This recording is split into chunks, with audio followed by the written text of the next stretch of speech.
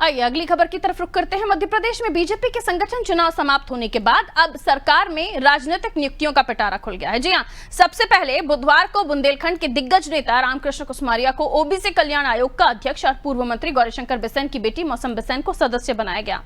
इनके साथ ही प्रदेश में प्रतीक्षारत राजनीतिक नियुक्तियों की शुरुआत के संकेत भी मिल गए हैं। बैतूल से विधायक हेमंत खंडेलवाल के बीजेपी का प्रदेश अध्यक्ष बनने के 21 दिन के भीतर ही पहली नियुक्ति ओबीसी कल्याण आयोग में हुई। मौसम बिसेन पूर्व मंत्री गौरीशंकर बिसेन की बेटी है। 2021 में आयोग के गठन के साथ गौरीशंकर बिसेन इसी आयोग में अगस्त 2023 तक अध्यक्ष रहे। अब उनकी जगह ओबीसी आयोग के अध्यक्ष कुसमारिया को ओबीसी कल्याण आयोग का भी अध्यक्ष बनाया गया है। यानी कुसमारिया ओबीसी के दोनों आयोगों के दायित्वों का निर्वहन करेंगे। वहीं अब माना जा रहा है कि चरणबद्ध तरीके से सभी निगम मंडलों, आयोगों और प्राधिकरणों में नियुक्तियों का सिलसिला शुरू हो जाएगा।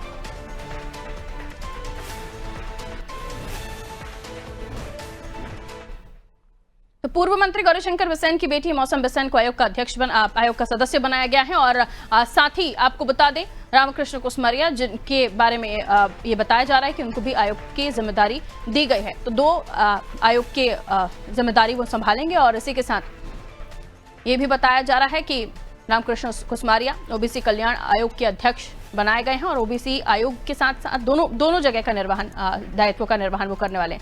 अब इसे किस तरीके से देखा जाए, क्योंकि हेमंत खंडेलवाल बीजेपी के प्रदेश अध्यक्ष बने 21 दिन के बाद जो पहली नियुक्ति हुई है, ये कह सकते हैं कि अब रास्ते खुलते हुए चले जाएंगे आयोगों में, प्राधिकरणों में, निगमों में।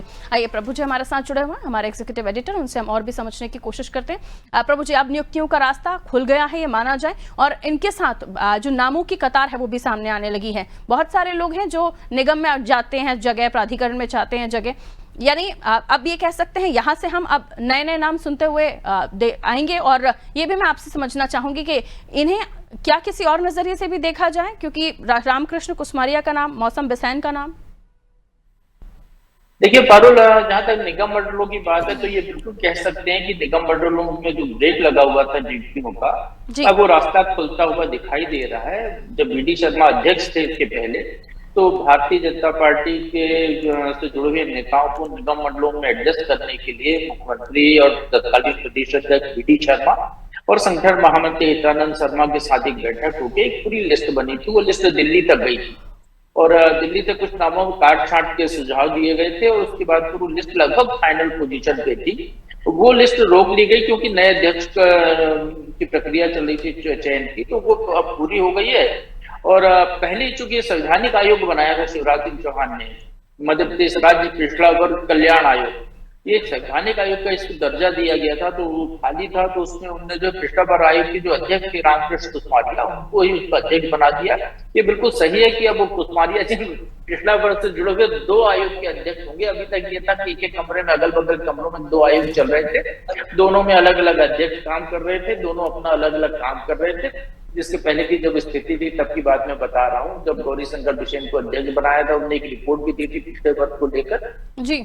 और जो पिछड़ा वर्ग आयोग है उसमें कांग्रेस के जेपी धनोपिया, जो कि कमलनाथ नियुक्त कर गए थे, वो वहां पर बैठे थे।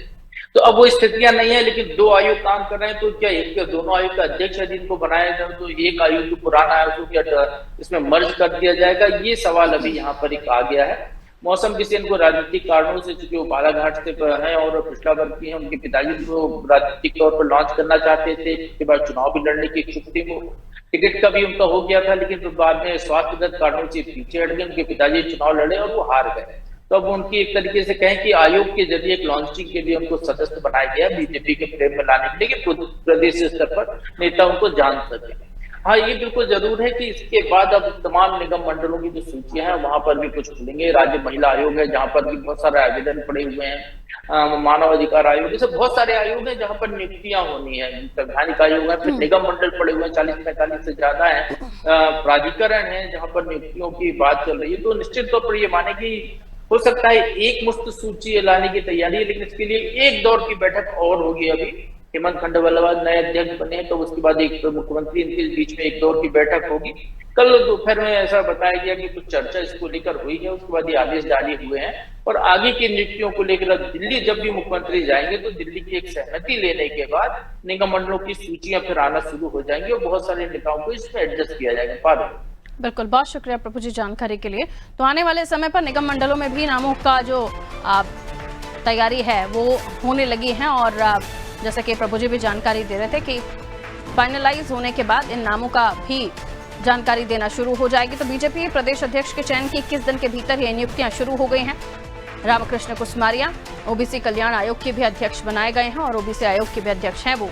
और इसी के साथ मौसम बिसेन, गौरीशंकर बिसेन की बेटी, उन्हें भी सदस्य बनाया गया है। तो एक तरह से रास्ता अब साफ हो गया है, गेट खुल गया है।